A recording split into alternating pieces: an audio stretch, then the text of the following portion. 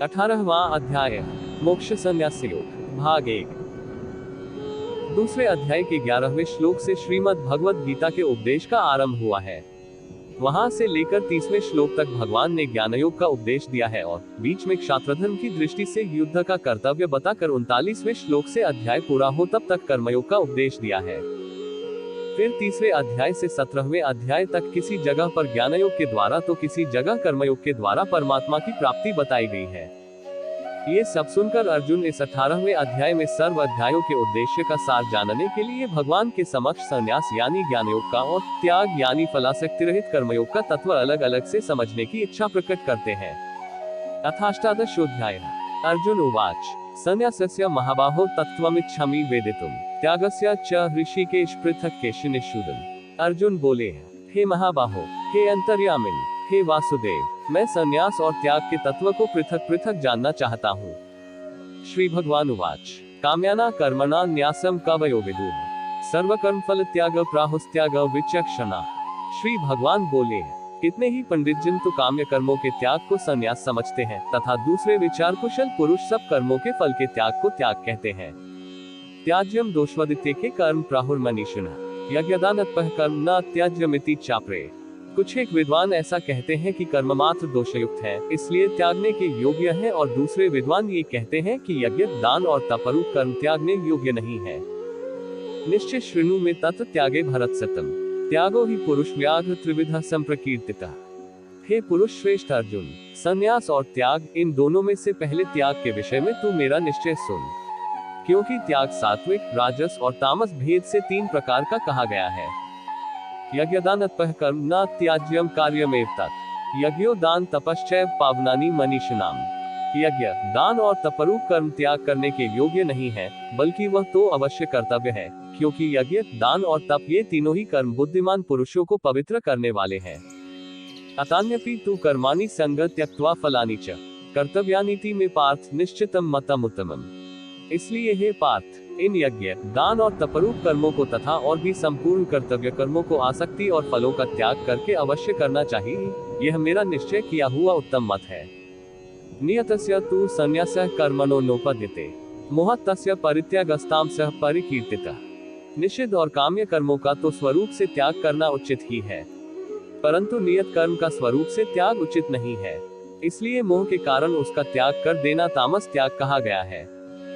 दैक्ष्मितेव यत् कर्म कायक्लेश भयात् त्यजेत स कृत्वा राजसम त्याग नैव त्यागफलम लभेत। जो कुछ कर्म है वह सब दुख रूपी है, ऐसा समझकर यदि कोई शारीरिक क्लेश के भय से कर्तव्य कर्मों का त्याग कर दे तो वह ऐसा राजस त्याग करके त्याग के फल को किसी प्रकार भी नहीं पाता। कार्यमितेव यत् कर्म नियतम क्रियते अर्जुन संग त्यक्त्वा फल चैव स त्यागः सात्विको मतः। हे अर्जुन, जो शास्त्र विहित कर्म करना कर्तव्य है, इसी भाव से आसक्ति और फल का त्याग करके किया जाता है, वही सात्विक त्याग माना गया है।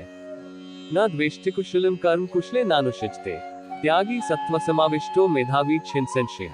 जो मनुष्य अकुशल कर्म से द्वेष नहीं करता और कुशल कर्म में आसक्त नहीं होता, वह शुद्ध सत्वगुण से युक्त पुरुष, संशय रहित, बुद्धिमान और सच्चा त्यागी है।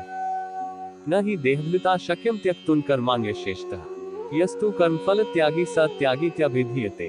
क्योंकि शरीरधारी किसी भी मनुष्य के द्वारा संपूर्णता से सब कर्मों का त्याग किया जाना शक्य नहीं है, इसलिए जो कर्मफल का त्यागी है वही त्यागी है, ये कहा जाता है।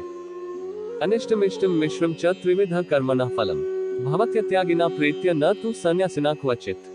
कर्मफल का त्याग न करने वाले मनुष्यों के कर्मों का तो अच्छा बुरा और मिला हुआ ऐसे 3 प्रकार का फल मरने के पश्चात अवश्य होता है, किंतु कर्मफल का त्याग कर देने वाले मनुष्यों के कर्मों का फल किसी काल में भी नहीं होता। पंचैतानि महाबाहो कारणानि निबोध में सांख्य कृतांते प्रोक्तानि सिद्धे सर्वकर्मणाम। हे महाबाहो, संपूर्ण कर्मों की सिद्धि के ये 5 हेतु कर्मों का अंत करने के लिए उपाय बतलाने वाले सांख्य शास्त्र में कहे गए हैं, उनको तू मुझसे भली भांति जान। अधिष्ठान तथा कर्ता कारण च पृथक विधम विविधाश्च पृथक चेष्टा दैव चैवात्र पंचमम। इस विषय में अर्थात कर्मों की सिद्धि में अधिष्ठान और कर्ता तथा भिन्न भिन्न प्रकार के करण और नाना प्रकार की अलग अलग चेष्टाएं, और वैसे ही 5वां हेतु दैव है। शरीरवान मनोभिर्यत कर्म प्रारब्धे नरः न्यायम व विपरीतम व पंचैते तस्य हेतुः। मनुष्य मन, वाणी और शरीर से शास्त्रानुकूल अथवा विपरीत जो कुछ भी कर्म करता है उसके ये 5 कारण हैं। तत्रैव सति कर्तारमात्मान केवलम तु यः पश्यत्य कृत बुद्धित्वान स पश्यति दुर्मति। परंतु ऐसा होने पर भी जो मनुष्य अशुद्ध बुद्धि होने के कारण उस विषय में यानी कर्मों के होने में केवल शुद्ध स्वरूप आत्मा को कर्ता समझता है, वह मलिन बुद्धि वाला अज्ञानी यथार्थ नहीं समझता। यस्य नान्कृतो भावो बुद्धिर्यस्य न लिप्यते हत्वापि स इमान लोकान हन्ति न निबध्यते। जिस पुरुष के अंतःकरण में मैं करता हूँ ऐसा भाव नहीं है तथा जिसकी बुद्धि सांसारिक पदार्थों में और कर्मों में लेपायमान नहीं होती, वह पुरुष इन सब लोगों को मारकर भी वास्तव में न तो मरता है और न पाप से बंधता है। ज्ञान ज्ञेयम परिज्ञाता त्रिविधा कर्म चोदना कर्ण कर्म करतेति त्रिविधा कर्म कंग्रह। ज्ञाता ज्ञान और ज्ञेय ये तीन प्रकार की कर्म प्रेरणा है और कर्ता करण तथा क्रिया ये तीन प्रकार का कर्म संग्रह है।